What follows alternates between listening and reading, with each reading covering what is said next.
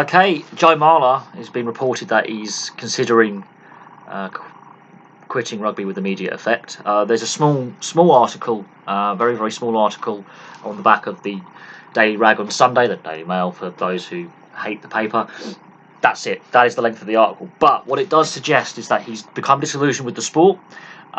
This is in the aftermath of his 10-week ban for giving Alun Wyn Jones a cough test, as we'll call it, tongue in cheek, grabbing his meat and tea veg in that little brawl in the corner in the Wales-England game in the Six Nations the other week. And I can see why he feels frustrated with the 10-week ban, considering a French player, Harous, gets a 3-week ban for punching Richie in the face on the same weekend. I can see the disillusionment there and the frustration with the citing commissioner, but Joe Marler does have previous disciplinary offences on his record, and they would have taken that into consideration.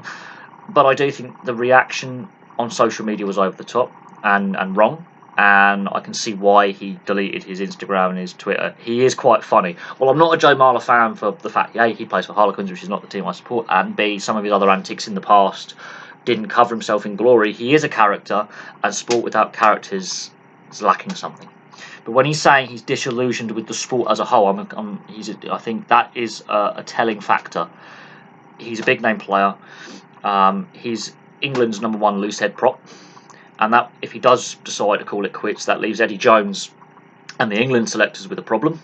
How to fill that void, because he has helped the scrum, he has improved the front row. He did take that period of time out from international rugby. Mental health was mentioned behind that, depression, stress, not being able to fully focus on his family life, and he has mentioned that in the past.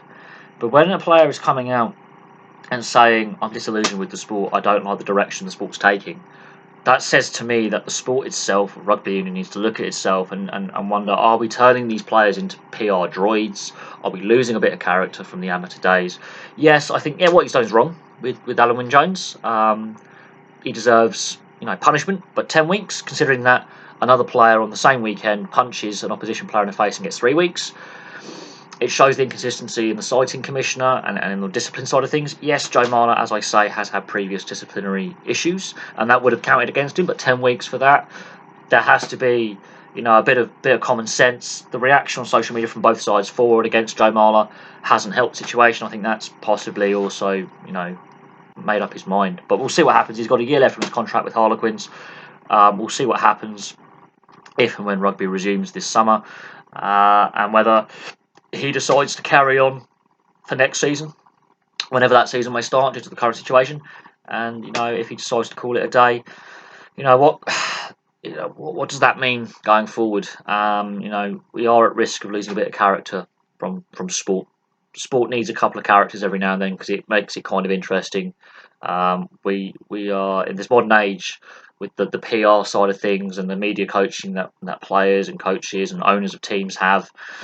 We're losing on these characters, and while we don't necessarily have to agree what the characters do, it does make looking at sport kind of fun when you have these players and these owners and these coaches say and do things that are a bit cringe at times, but are a bit funny and are a bit on the edge.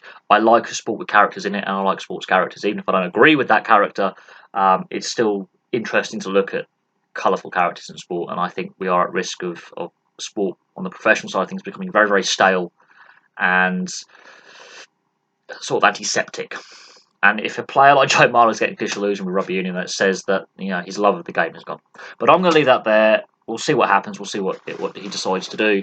But I thought I'll put a non-coronavirus related news article up. Thank you very much for watching. Please like and subscribe. Place your thoughts below, and I will have some more videos for you very, very soon.